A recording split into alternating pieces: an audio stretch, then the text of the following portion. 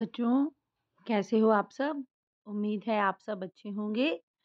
आज हम CBSE 10th class का जो सिलेबस है रिटेल का, उसके शॉर्ट क्वेश्चंस करेंगे।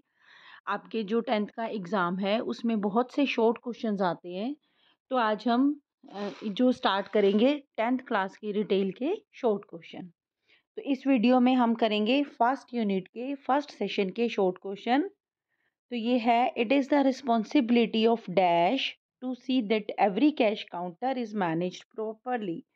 मतलब यह देखना डैश की जिम्मेदारी है कि प्रत्येक कैश काउंटर ठीक तरह से प्रबंधित किया जाता है। प्रबंधित यानी मैनेज करना, उसको चलाना। तो ये किसकी जिम्मेदारी है कि सभी कैश काउंटर सही तरीके से काम करें?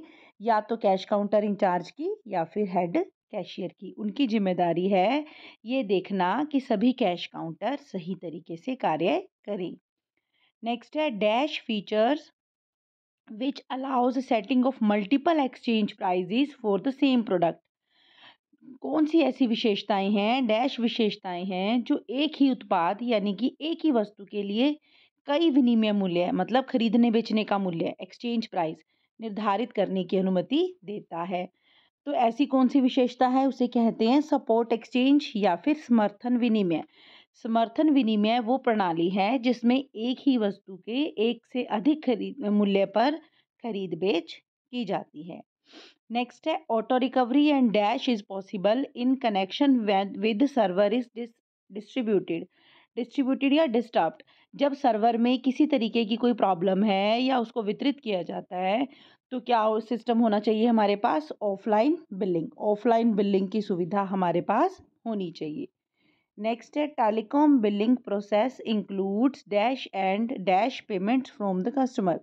टेलीकॉम बिलिंग से क्या होता है, हम ग्राहकों से पेमेंट रिसीव करते हैं यानी कि प्राप्त करते हैं और उसको रिकॉर्ड करते हैं। टेलीकॉम बिलिंग हमने किया है जिसमें हम कस्टमर जितने समय के लिए वस्तु को इस्तेमाल करता है उसी के हिसाब से बिलिंग करते हैं।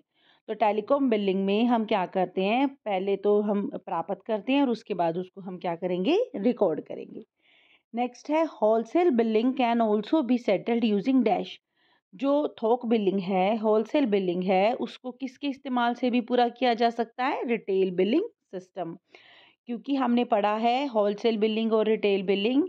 तो जो रिटेल बिलिंग है उसकी मदद से रिटेल बिलिंग सिस्टम में तो केवल रिटेल बिलिंग सिस्टम का ही प्रयोग किया जाता है, लेकिन होलसेल बिलिंग के लिए हम रिटेल बिलिंग सिस्टम का भी इस्तेमाल कर सकते हैं। नेक्स्ट है हमारे MCQ. Placed cashier is expected to generate report. जो कैशियर है यानी कि हमारा जो खजांची को कैशियर कहा जाता है, वो किस तरह की रिपोर्ट बनाता है? टोटल नंबर ऑफ ट्रांजैक्शन यानी कि कुल लेन देन हम जितने भी करते हैं।